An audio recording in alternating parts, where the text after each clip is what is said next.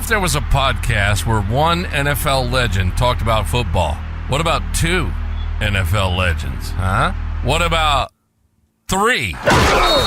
This is Wideout's World, where the gridiron comes alive. NFL legends Fred Barnett, Irving Fryar, and Michael Timpson. Three NFL legends breaking down the game from the ultimate insider perspective. Game recaps, upcoming previews, and exclusive analysis straight from the minds of those who've been in the trenches. Yes. Wideout's World. Let's do it. Are you ready for some football? We're ready for some football, baby. Ready for some football, baby. Yo, ready for some football, baby. Welcome to Wideout's World. I'm your host tonight. Dr. Irving Fryar allowed me to host tonight. Thank you, Doc. I ain't allowed Appreciate you to do it. nothing. I can cut you off. Appreciate it. Yeah, I said, Irv, can I please host tonight? He said, oh, okay, go ahead. Go ahead. You get too snarkily, I'll cut you off. Oh. For everybody who don't know, I am Fred Barnett, and I am with Michael Timpson and the future Hall of Famer Irving Fryar. Dr. Irving Fryar, welcome to Wideout's World. Welcome to another Wednesday night show, Hump Day. How was everybody's weekend? Everybody, we had a good weekend? Anything uneventful or eventful? My mother broke her foot this weekend. Oh. Not off in you. She broke her foot. No, not off in me. But that did happen a few times when I was a kid. So her foot should be pretty strong because she used to use it often on me. But anyway, she was putting her clothes on and broke her foot. She'll probably come on here in a little bit. Okay. Right. Okay. Mike, how you doing in Orlando, man? Huh? I know we got some weather coming through Florida. I was asking Irv, did he have to cast her foot? Or they put a boot, or what they got to do? No, they wanted to put a boot on her foot, and I should have put the X-ray up here so we could show the X-ray. But they wanted to put a boot on her foot, and she said no. She's got an issue right now with doctors. Okay. You know, she told me yesterday. She said, "Listen, if I don't want to do it, the doctor tells me to do it, and I don't want to do it. I ain't doing it no more because doctors told me to do stuff in the past, and I didn't want to do it. I didn't think I should do it, and ended up going in the wrong direction. So they wanted to put a boot on her. She didn't want them to put a boot on her, so they just wrapped it. But according to her, she's not in a whole lot of pain. She's walking around, and she moved the chair yesterday. So that's good. That's good. Mike, how you doing? How you doing in Florida, boss? I know some weather's coming through there, right? The hurricane's coming through Orlando, brother. So if I go off the air, you know what came through. The show must go on. The show must go on. Fly off the air. Hold it down tight if we lose power. Okay. All right. Well, we're praying for you, and of course, we would like to pray for the state of Florida, especially the Tampa area. I saw a lot of videos that were just unbelievable, and interestingly and sadly, there's some community people that just don't want to leave, and they're just still there. And so hopefully, I mean, I saw a article. Basically, the health person said, for those who's deciding to stay, write your name on your body, because that's how big this storm is, and they anticipate possibly some people losing their lives. But we play for Florida. There was a clip.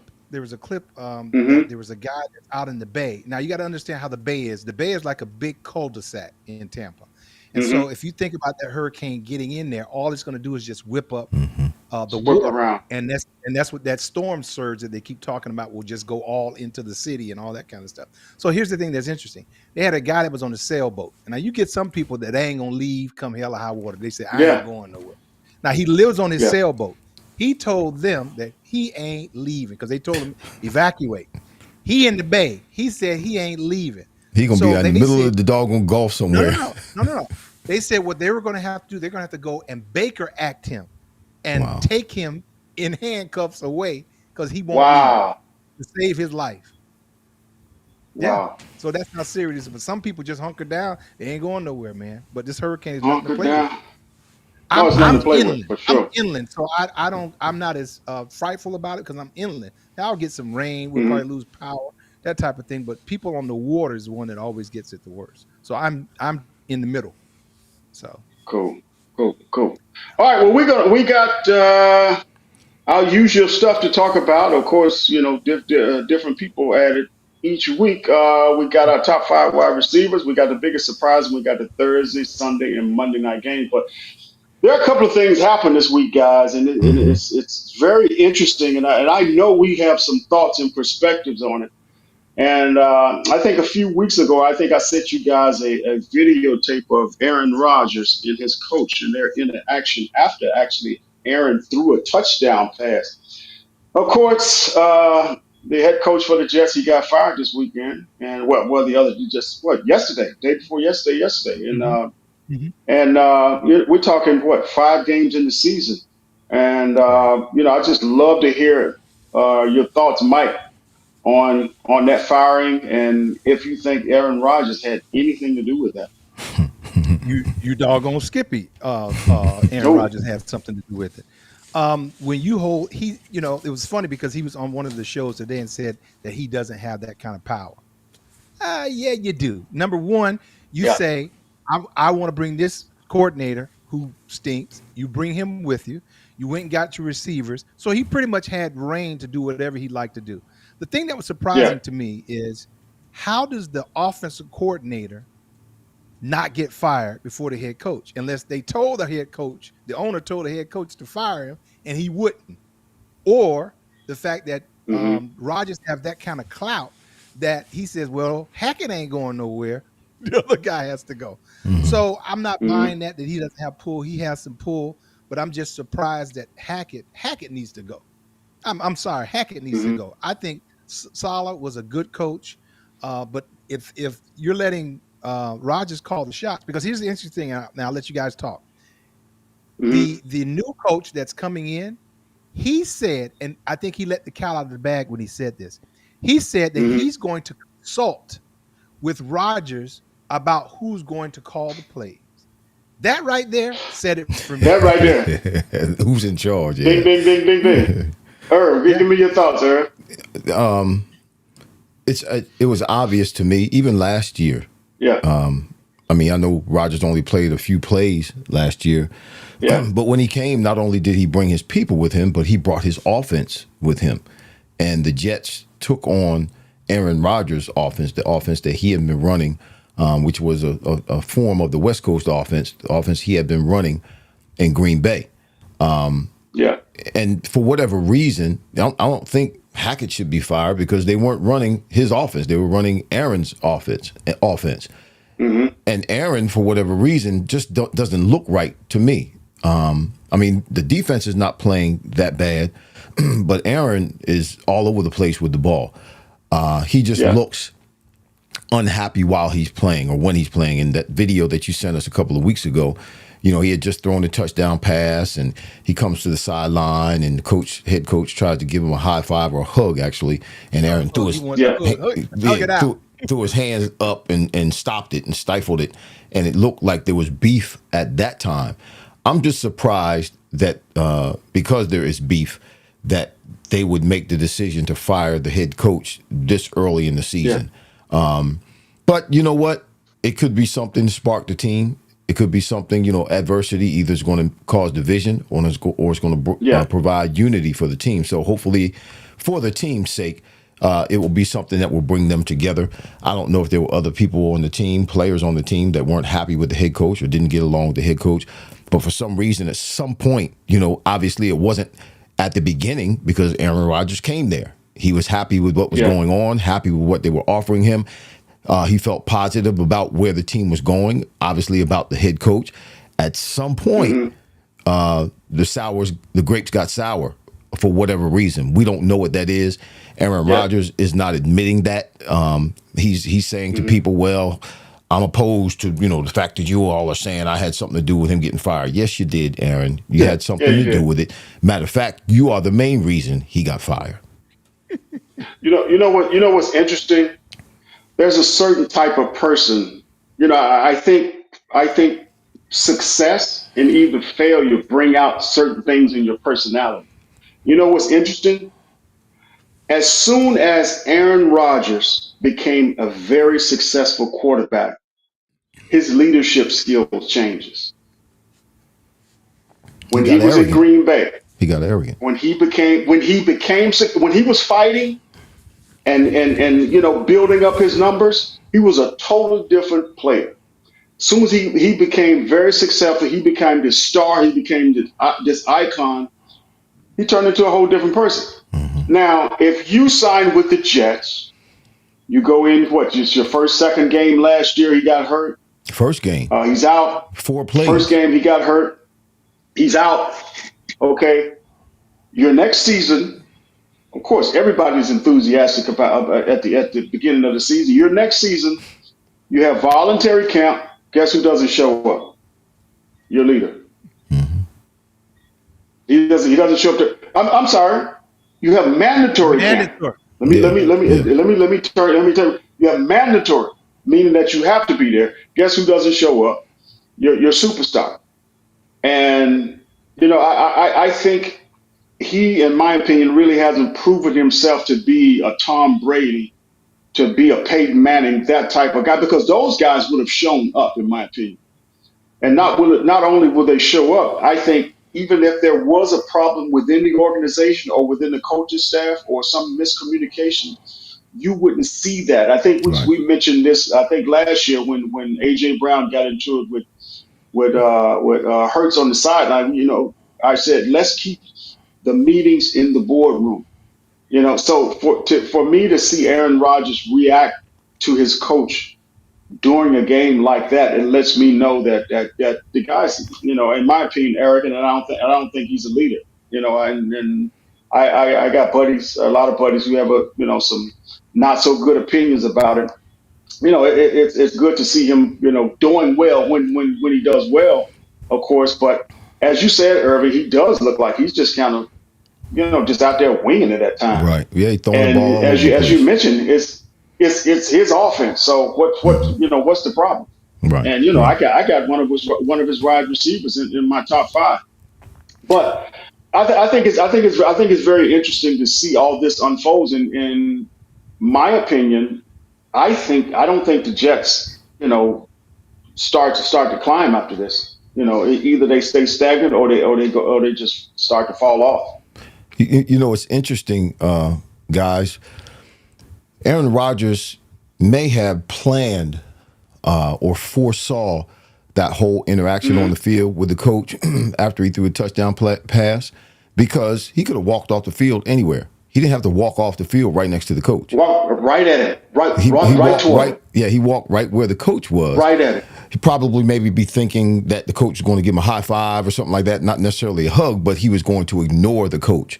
So, I mean, maybe it was premeditated, that whole incident, because in my opinion, he could have walked off the field anywhere. He could have walked off right there at the end zone and walked back where the bench is and go back to the bench. He didn't have to walk right past the head coach. Dude, you are so, that's insightful, because here's the deal. If I got beef with you, I just made a touchdown, and the last thing I'm going to do is come right at you. I'm going to avoid you. I'm going to come off the field right here, because I don't want to deal with you. I'm coming right toward you, and I know you have to say something, because here's the deal. If he doesn't say nothing, then ignore him. Then what does he look like? I've accomplished my goal. Yeah. What does he look like? So that's an interesting perspective, Herb. Mike, you got something to add to that, or we're gonna move on? No, we can move on. Okay, we'll move on then. Disagree a little bit. Only I want to say something. I want to say something else too after Mike, please. Go ahead. Okay, I just go ahead. disagree a little bit, only because he's going that way. The coach is coming to congratulate the players coming off the field. So I don't know if that was the case. Well, even more so, if the coach is out there, he could have avoided going right by the coach. If the coach is coming out and there are other players like around me going towards that way, I can hide myself in there somewhere just to avoid him if I don't want to talk to him. But I don't have to necessarily go right. Not if you Aaron Rodgers. I ain't hiding from nobody. But that's what I'm saying. Exactly what I'm saying. That's what he's saying. And my last point is this. Set him up. It really is a shame. It really is a shame. Yeah, Crawley's in the house. Russell Gold is in the house. Joseph Casaretto. Joseph Casaretto, Vinny Capriati is in the house. It's a shame. Shout out to all of you. It's a shame how in today's professional sports, the authority of the coach in relationship to the player has diminished, or it really doesn't exist anymore. That the players pretty much do whatever they want to do, and don't have to worry about any discipline or anything like that. When you talk about load management in the NBA, a lot of times it's the coach it's the player telling the coach, I'm taking tonight off because I played 3 games in a row. Load management. It's the player making that decision and not the coach. So it's just a shame. You would think that because of the type of money that they're making, that they would make more of a commitment. Why? They would be, that's why it's working the opposite. That is why. Yeah, it's working the opposite. That is why. Yeah, because they've invested so much in these players. The owners are like, well, we gotta do what the players want us to do. 50, 60 we got to cater to the players. Yeah. What is this coach going to tell me? Hey, Mom, my mom is on right now. Y'all say hi to my mom and tell her hope she gets well. Mom. Her foot gets well. All right, Mama, put your foot up. Put your foot up. She asked Mike. She asked, "Is everything okay with you?" She said, "Mike, is everything okay with you?" I'm still here. She's concerned. Yeah, she's concerned about the hurricane. Yeah. He's all right, Mom. He ain't going. He too ornery. Yeah. Ain't no going. All right, we're gonna roll into this top 5, and as I mentioned, we got the biggest surprise. We got Thursday, Sunday, and Monday, and then we're gonna let Irv take a few questions right at the end. All right, Irv, let's go with our top 5. Our top 5 wideouts this past week. Oh, you want me to go first? Give it to me. Okay, yes, sir. I got you. I'm in agreement with you. With I think you mentioned something about one of the Jets receivers being in your top 5. Well, Garrett Wilson is my 5th. Yeah. And here's why. They did lose against the Vikings 23-17. He had 13 receptions for 101 yards, 1 TD, only a 7.8 yard average. His longest catch of the day was 16 yards, and he had 22 targets. It's a tough road for this young cat. And then you got this disgruntled. I'm just impressed with him because you got this disgruntled quarterback, Aaron Rodgers, throwing the ball all over the place. I mean, it looked to me when I was watching the game like Aaron was just throwing the ball, didn't really care where it was going, and he really was putting Garrett Wilson, in danger.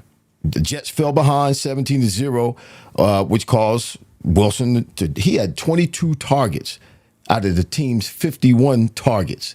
22 of them. Aaron was just throwing him the ball while he was in danger. I mean, he was open, and then people were around him, whether he was double covered, but he was throwing him the ball regardless of whether he was supposed to throw the ball to him or not. And it looked like he was putting Wilson in danger to me. Aaron Rodgers struggled throwing the ball, 4.6 yards per target. But Wilson's second TD was his second TD of the season, and it was his first 100-yard game for this season. Hats off to him for his toughness because, man, they were wearing him out. He was getting hit. Aaron was throwing the ball and putting him in danger, but he kept on playing. He's a young cat. You got to do that. But hats off to him for hanging in there in that game. My number 4 is Terry McLaurin out of Washington. They won 34-13 versus the Browns. He had 4 receptions for 112 yards, no touchdowns, a 28-yard average. His longest was 66 yards. This is the second time in 3 games that McLaurin delivered triple-digit receiving yards.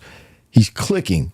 He's the veteran helping Jaden Daniels, and that's what I'm impressed about. He's in his 5th year, and he's the wily veteran.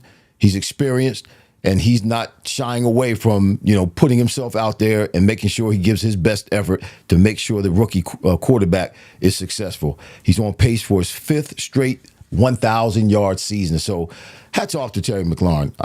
I can appreciate that, again, because I played with a lot of different quarterbacks, and being a veteran, and you got a rookie quarterback coming in, you got to work with him. And I've seen him make some tremendous catches. I've seen him run some tremendous routes. I've seen him do some fantastic things to not just improve himself, but to help the team and to keep his quarterback playing with confidence. So hats off to Terry McLaurin. He's my number 4. Number 3 is Juju Smith-Schuster. Rashid Rice is out. He's with the Chiefs. Patrick Mahomes, they keep on doing it. 26-13 versus the Saints. They keep doing it. They keep doing it. Here's what I'm impressed about. He has 7 receptions, but he was targeted 8 times.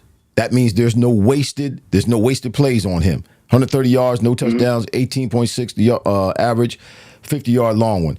Only 2 receptions. He only had 2 receptions in the first 4 games, and he comes back 7 receptions for 130. Projected to get going into the game. He was projected to get a lot of catches, or at least get a solid amount of catches. But he led the Chiefs in receiving yards, and he finished second with both receptions and targets. So his yardage total, Juju Smith-Schuster, his yardage total in this game was total for. Let me get this right. Yardage total for the 2017 first round pick. This was his highest since week 18 in 2020. This was his highest yardage total since 2020 when he posted 13 receptions, 157 yards, and 1 TD on 19 targets against the Browns when he was a member of the Steelers.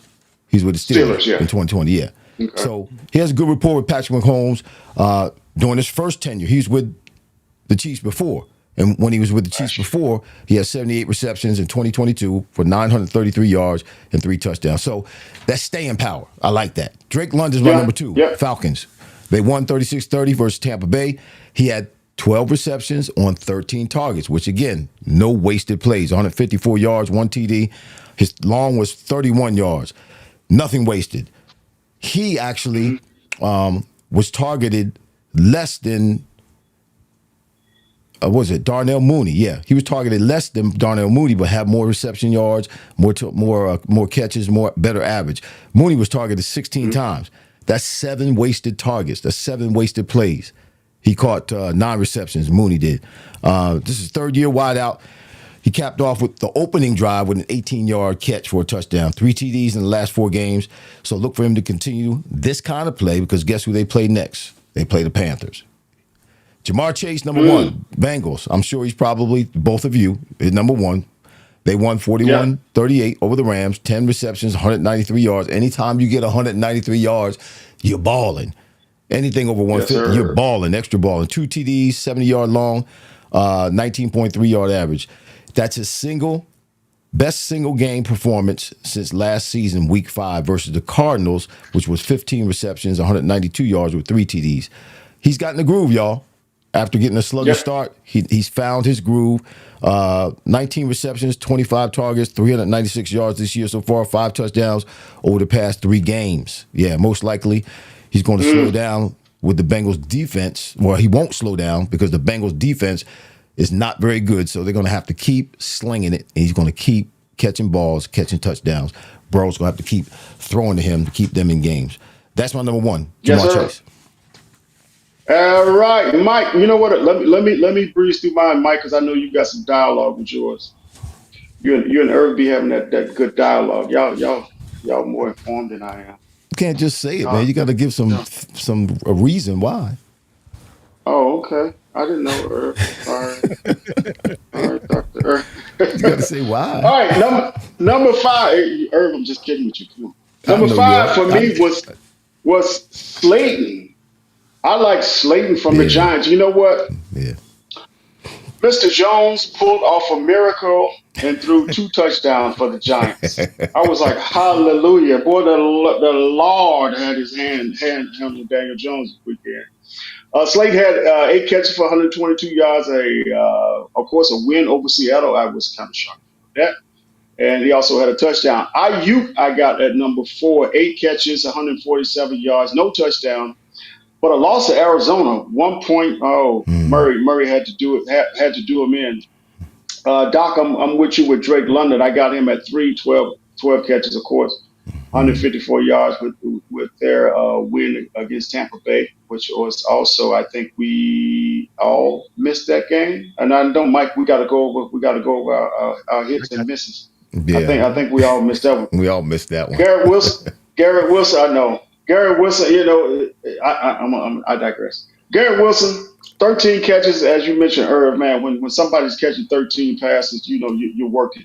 And I think it's a shame that you have that talent, that level of talent with a young guy at that position, and then kind of have the drama or the Mm-hmm. dramatics, with the team that's starting with the guy who throws him the ball. And I think hopefully it's not an unfortunate situation for him. Hopefully, Uh-oh. hopefully he'll plump his head on the turf and all of a sudden become a leader. But who knows? Of course, we got Chase. What a game! What a game against Baltimore. Action Jackson. Good Lord, man, this guy. It's going to be interesting because they're going to lose some more games, but they're the type of team that you just kind of don't want to be matched up with in the playoffs. But of course, they had a loss against Baltimore. Chase had, as you mentioned, Irv, 10 catches, 193 yards, Mm-hmm. almost 200 yards, 2 touchdowns. And he literally it's almost like he was in a 7-on-7 drill.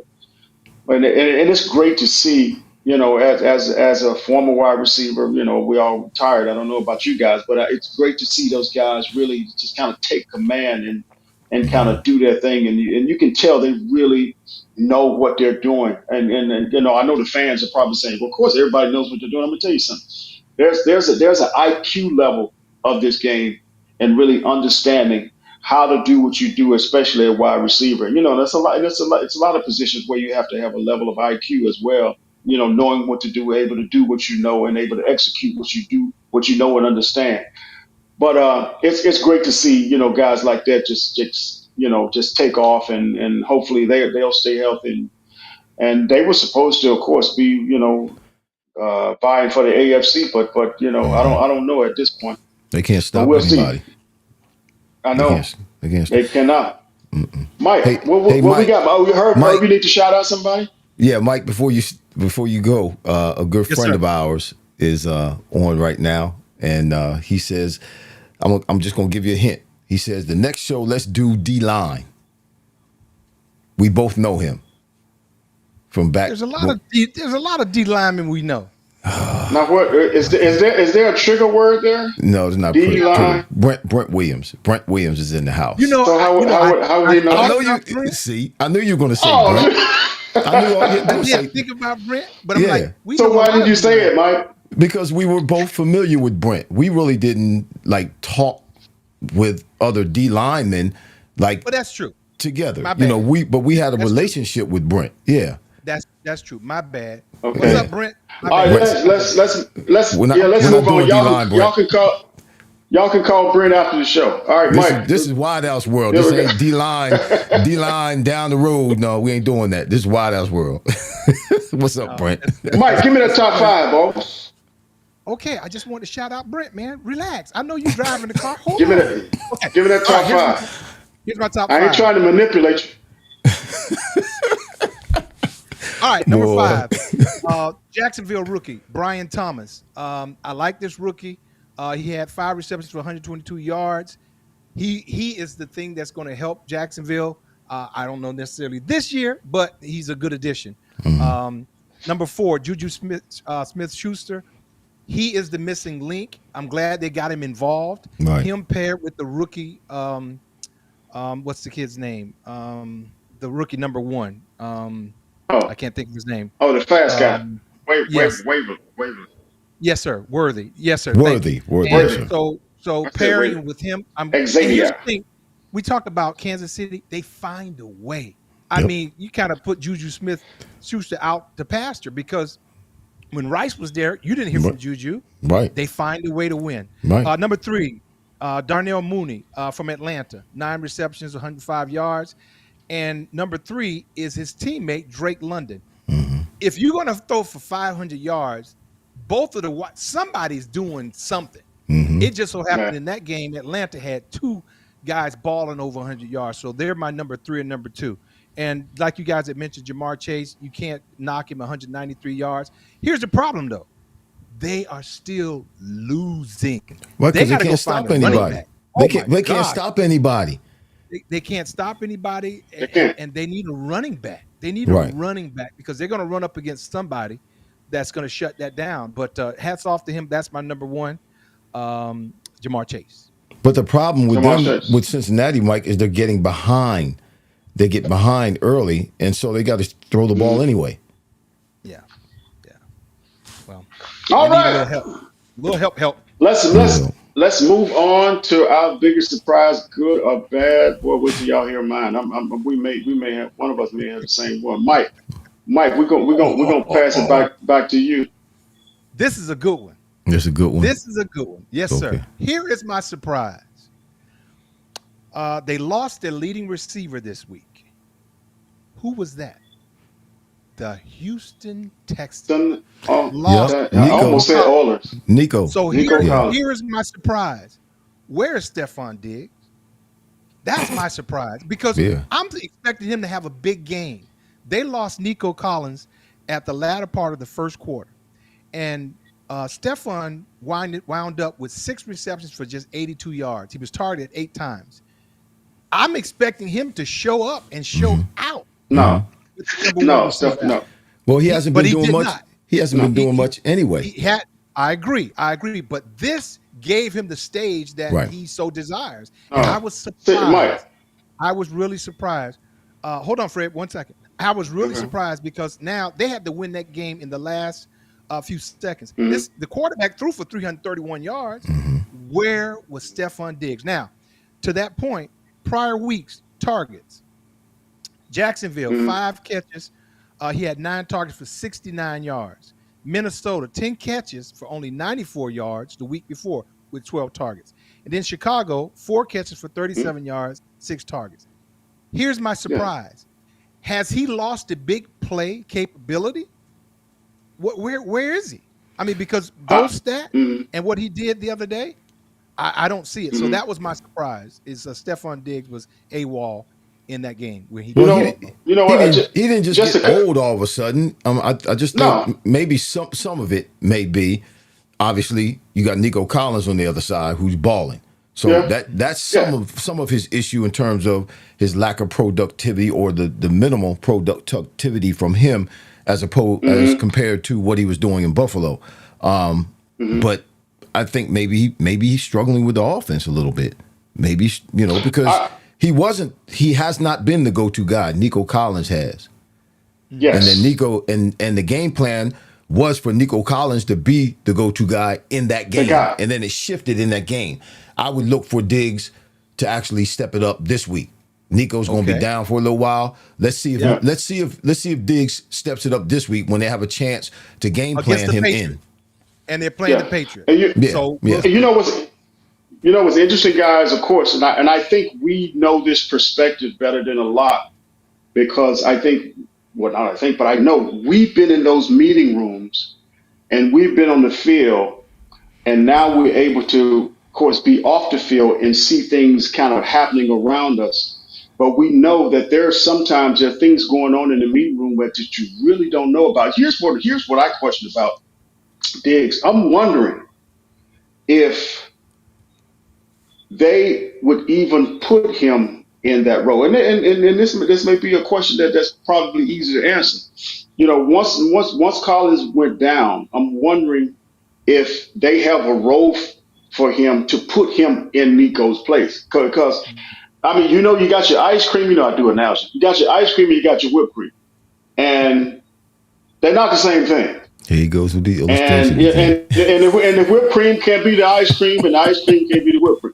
And so I'm just wondering if they put him, if they said, okay, Diggs, you're going to be our Nico, now that he's in the locker room, or do they keep him in that same kind of not necessarily backup role, but that second guy role? But as we all know, wide receiver. He may be just the third. As we all know, when one guy goes down, especially the number one guy, somebody has to be the number one guy. But he hasn't. So just Tank Dell at this point. Yeah. Gary Timpson is watching right now. He said, "What's up, little bro, Irving and Fred?" That's my bro from San Antonio. Yeah. Yes, okay. All right. I'm sitting here listening with my 14-year-old grandson Josiah First-year high school Oh, linebacker. Love the show, Yeah. fellows. Thank Yeah. you, Brother Yeah. Timpson. appreciate it. Richard Melton's in Yeah. the house. Angelo Ortiz is in the house. Sean Worth is in the house. Russell Gould is in the house. Brent Williams is still Russ. here. And I All think right. Brent Joseph, Williams. I want to say his last name, Casaretto. You got to Casaretto. work Yeah. on your Joseph C. Italian. You got to No, work it's on right. your Italian. Joseph Irv. Casaretto. That's what it is. I just had to say it one time. That's I pretty got it good. now. You did. Yeah, You I got got it right now. So I had to say it one time. Yeah, just got to get it out one time. All right, Irv, Shout out to, let's get that biggest surprise, boss. all right, shout No, out to let's get that everybody though. surprise. Shout out to everybody who's watching. My big surprise, it's a good surprise, but it is a surprise. And week number 5, the Minnesota Vikings are 5-0. 5-0 with a quarterback by the name of Sam freaking Darnold. This guy, Sam Darnold, is a backup placeholder quarterback with a 1-year contract. And people are talking about him being the MVP of the league right now because he's leading this team and they're balling out. They're undefeated right now. One of the couple of teams that are undefeated in the league. And they played the Giants, they beat the Giants, they beat the 49ers, they beat the Texans, they beat the Packers, and they beat the Jets in London. They're not playing around. He's 87 for 137 in terms of passing. He's got a 63.5 passer rating or percentage of completions, 11 TDs, 4 interceptions. He's got a 103.4 quarterback rating. He's balling, y'all. He's in the 7th season from USC, first round draft choice in 2018 with the Jets. And he's played with the Jets, he's played with the Panthers, he played with the 49ers, now he's with the Vikings. He's a journeyman. He's got TD versus interceptions right now in his career going up until the time he got to the Vikings. 74 TDs and 60 interceptions with an 80.1 quarterback rating. Sam Darnold is. I have to take my hat off to the Vikings offensive coordinator Wes Phillips. He's been in the league for 18 years. He's been with the Jets. With the Vikings for 3 years now. We know what Kirk Cousins has done the last couple of years under the tutelage of Wes. So he's doing the same thing right now with Sam Darnold, and Sam Darnold is balling. The Vikings. Did you say? Darnold. Did you say, Irv, that he had a 1-year deal? Yeah, because He has he's a a 1-year place. Can He's you a imagine quarterback him finishing? placeholder. He's a Just placeholder. journeyman. He if he finishes strong, can you imagine what his contract's going to be? He's Yeah. Look, like I said, some people are putting him in the conversation of MVP of the league right now, and who they arguably he is. Yeah. He's fine. balling out right now, making great decisions. The last game wasn't really all that well. Didn't play all that well against the Jets, but they won. They won. That's the bottom Beat line. his former team. Beat That's his the former team. Yep, that's the bottom line. So, Win the game. All right. so my surprise, man. Have somebody ever done something and it just hurts you so bad? It's just you just had to just take a moment of silence. Did she break your heart? And Did she break your heart, Fred? no, she didn't break my heart. You had to just take a moment of silence. And here's the deal. Let me tell you something. A lot of of course, the fans, hate the Cowboys. The Cowboys suck. This, you know what? We're all in this football fraternity together. And there's something about connecting with guys, no matter who they played for, who they played with, they played against you, they played with you. There's something special about guys who are on the field on Sunday. Not the guys that are on the practice squad, the guys who are on the field on Sunday. There's something special about it. Let me tell y'all something, man. When Watson walked off that field, Land the plane, Fred. Land the plane, Fred. when Watson walked off the field, dog, Deshaun Watson. this guy walked off the field. He walked out of the heat of battle with his men behind him. That, in my opinion, was just the epitome of if he don't, Yeah, of course. The only reason they don't cut him is because he makes too much money, and it's just ridiculous. He makes a They can't ridiculous afford to amount of cut him. money. They can't afford. They can't But afford to this get rid of him. guy he I missed walks. It's one thing to lose, Mike. It's one thing to play bad. It's one thing to consistently play bad. But to just walk off and say I'm done with it. No, I didn't see it. Come on, So I just want you to fill me in. I didn't see that. Was it after a play? bro. Was the series over? What After was it? the series was over, I think the series over. He just walked past the coach off the field, and the coach was like, "What's going on?" Did they have more plays left? You said the series was over. Yes. Was the game Go over? go look at. No, the game wasn't over. They had to put my guy in. Oh, he The other walked off the quarterback. field and forced them to put He another walked quarterback in. off he quit. Oh, I Oh, didn't see that. I didn't Look see at that. it.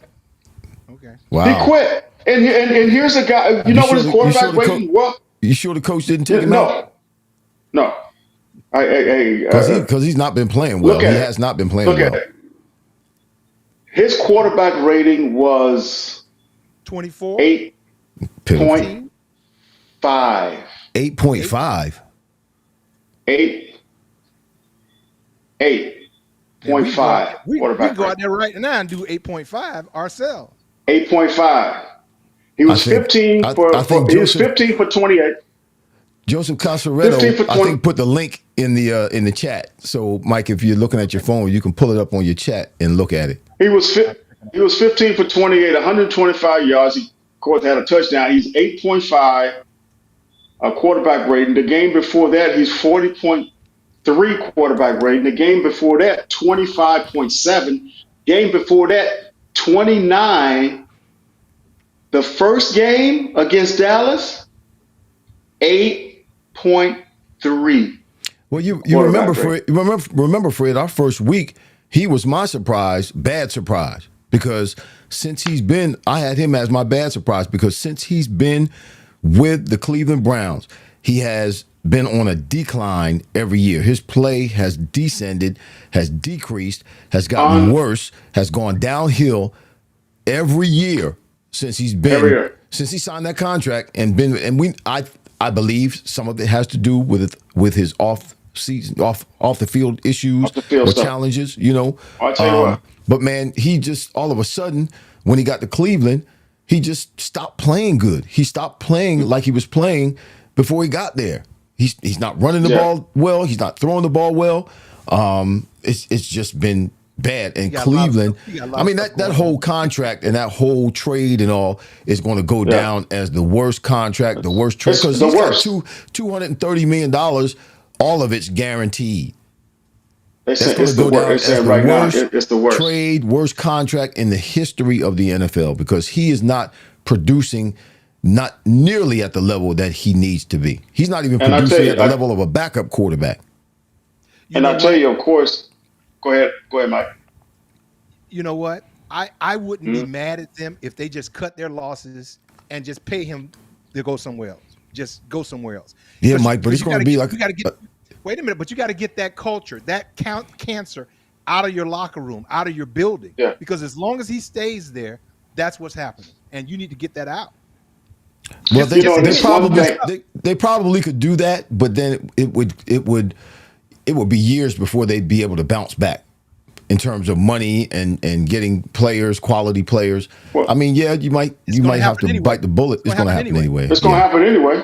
It's going to happen anyway. And you know, as players, I think inevitably, to some degree, we are built, you know, psychologically and mentally to bounce back. You know, you drop a ball, okay, give me the next play. You have a bad game, give me the next game. Give me the next game. You have a bad season, okay, I can't wait till next season. But to just walk off the field, bro, that's a whole nother level.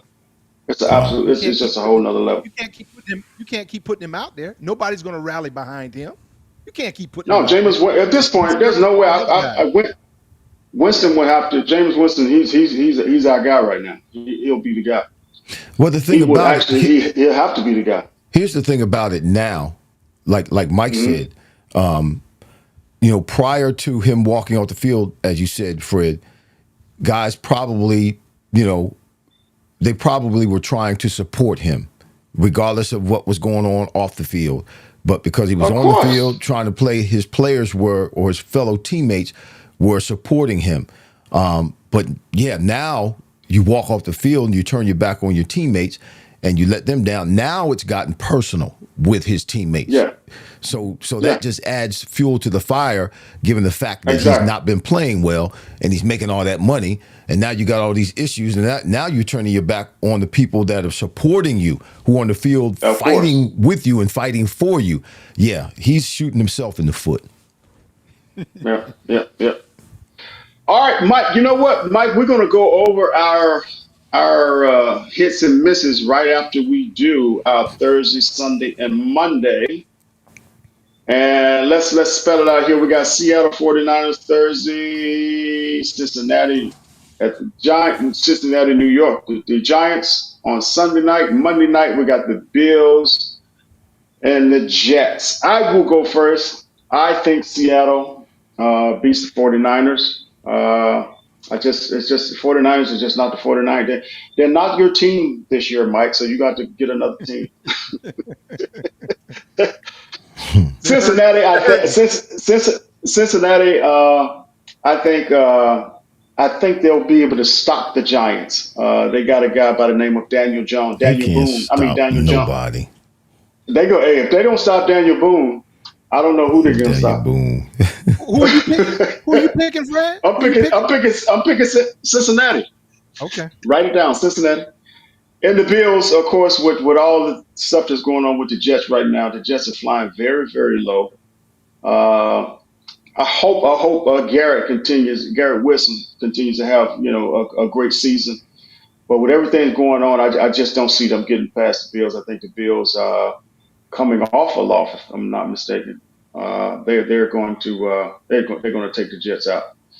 So I got Seattle, I got Cincinnati, and I got the Bills. Herb, talk to us. All right. Thursday night game, 49ers at the Seahawks. Both teams are coming off losses. The Seahawks have they're on a 2-game losing streak, and the 49ers lost 3 out of their 4 games, last 4 games. So it's a toss up. Purdy threw 2 interceptions versus the Cardinals. Daniel threw 2 TDs versus the Seahawks, and didn't have Neighbors.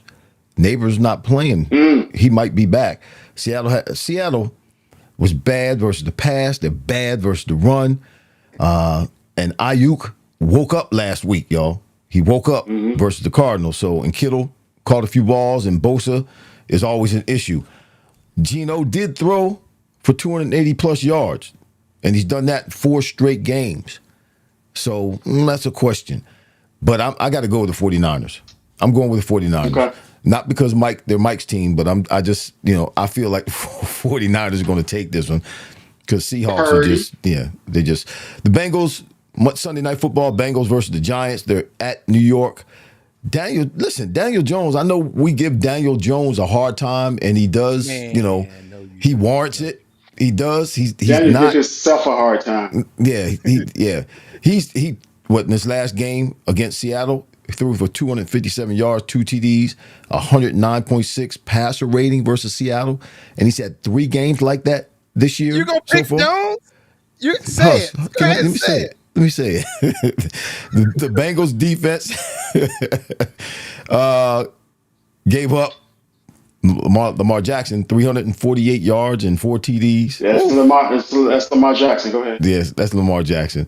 And guess what? It's embarrassing. Whoever that defensive tackle was that Lamar Jackson stiff-armed twice into the ground before he threw that ball. He needs to quit. He needs to. I don't know his name, but that's embarrassing. You got a quarterback. He was a little off balance. He stiff-armed him twice. Come on, man. All he had to do was grab Lamar's arm and fall down. That's all he had to do. That's what I'm saying. Lamar handled him. That's embarrassing. Anyway, look. Joe Burrow and Jamar Chase are on target. Spit it out, man. They woke up. I know. Why are you rushing me? Don't rush me. I'm going with the Bengals. I'm not going with the Giants. I'm going with the Bengals. I'm not going with the Giants. Monday night. Okay, Bills and Jets. No, I'm not going to build them up. Listen, Josh Allen he threw for 131 yards versus Houston. He was 9 for 30. What is going on with Josh Allen? He's not playing well. I believe the Jets are going to take this mishap, this turmoil, this issue now that they don't have they have a new head coach. The old head coach is gone. I don't believe that Aaron was the only one that had a problem with him. There might have been some other players that had a problem with him. They're glad that he's gone. They're going to wake up this week and they're going to win this game against the Bills. Watch. They're going to wake up Jets. And take a nap. I'm picking the Jets. Mike, you got that? Jets? I'm picking the Jets. Boy, that was fun. Okay. 49ers at Seahawks. Now, you just said it. 49ers are playing bad. They can't seem to get over the fact that they've lost several players to injury. And Purdy's playing like dirty. I mean, Purdy's just not playing well. Purdy's dirty. He Purdy dirty. So I'm going to go against my team. I'm going to pick the Seahawks. At home. They still got Debo. They still got Kittle. Debo just came back. So but they got him. Yeah. Still got Kittle. Still got Ayuk. Okay. Seahawks is Seahawks the 12th man. That's a little something. I think the Seahawks can win. So I'm going to go with the Seahawks. Sunday night, Cincy against the Giants. I believe this is going to be another big day for Chase, and hopefully they'll get T. Higgins involved more.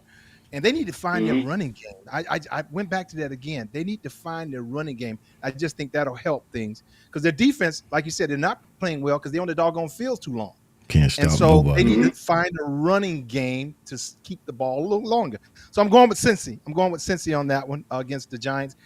Daniel Jones, I don't care what Daniel Jones did. Daniel Jones ain't consistent enough for me to get my vote. Anyway, okay, Monday night, Buffalo at the Jets.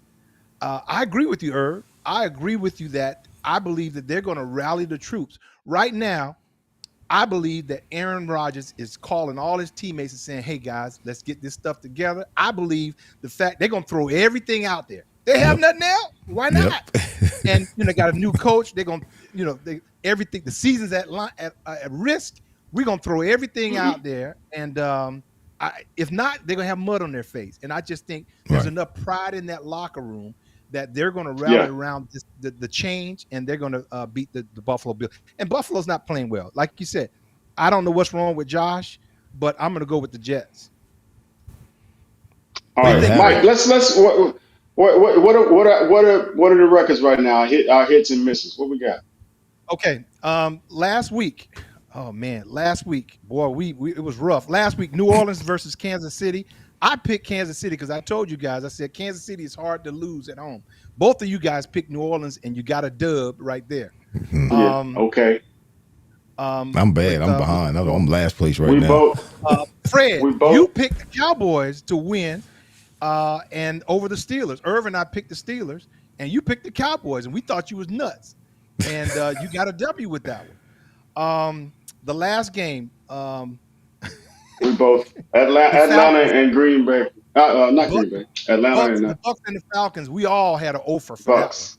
That one. Well, I went 0 for last week. I was 0 for last week. I didn't win any last week. God bless you. You was 0 for 3. I was 1 and 2. Fred, you was 1 and 2. So right now, our current stats are: I'm 10 and 7. Irv, you're 9 and 8. Fred is still in the lead by 1, 11 and 6. He'd lead by 2 with me. So.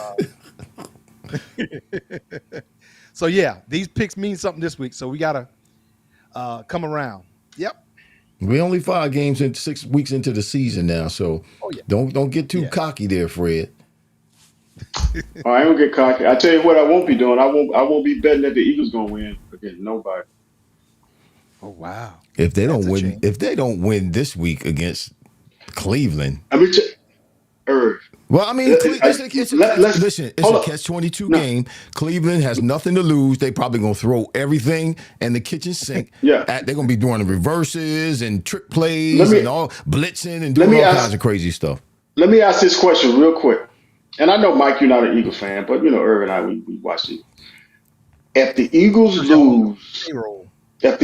lose 4 to 5 more games, should Sirianni be gone? He will be gone.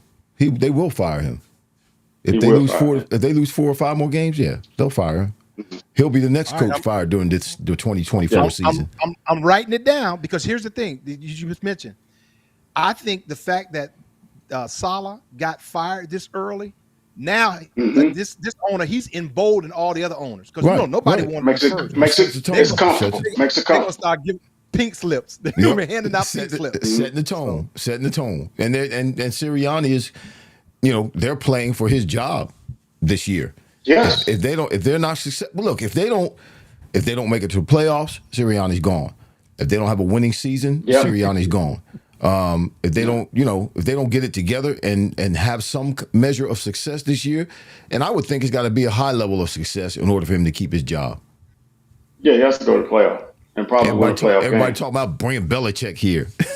Belichick ain't coming to Philadelphia. He'll never. I don't know if that's a good marriage or not. But anyway, probably not. We got a couple of. Can we do a couple of questions? Okay, yes. There we go, Eric. Go ahead. This is the time of the show that everybody you're watching right now.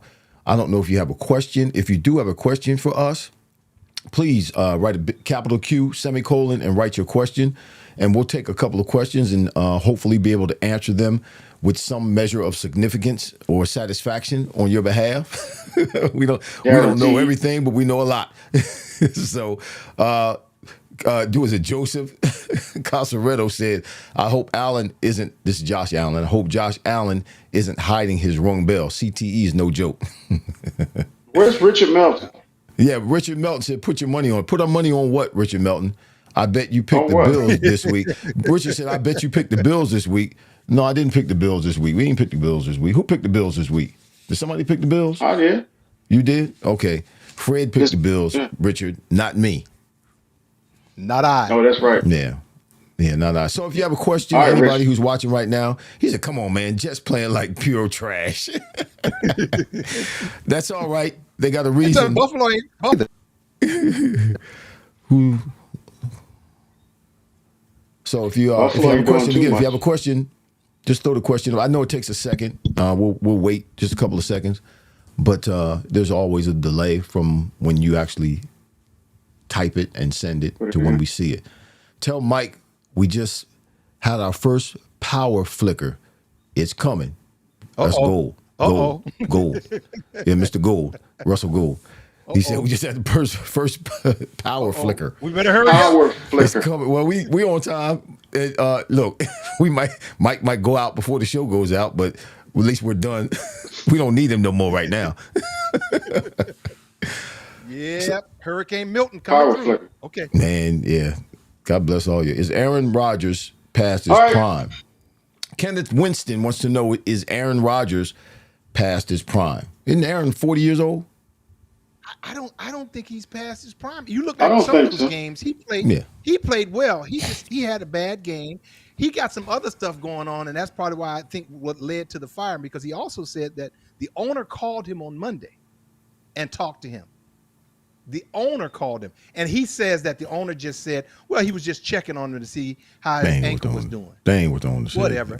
The owner, he told the owner to fire that cat. But I don't think Aaron Rodgers is past his prime either. I mean, obviously, when you look at the age of football players and the average age where retired players retire, yeah, he's beyond that. But he's still capable of playing the quarterback position. He's still capable of playing the quarterback position at a high level. I just think for whatever reason he looked really, really disconnected and really, really disinterested when they were playing in London last week. And for whatever reason, I know there were several jet lag. Several errant throws that he made that just weren't like Aaron Rodgers. And it just looked like he just didn't give a hoot. He just didn't give a hoot.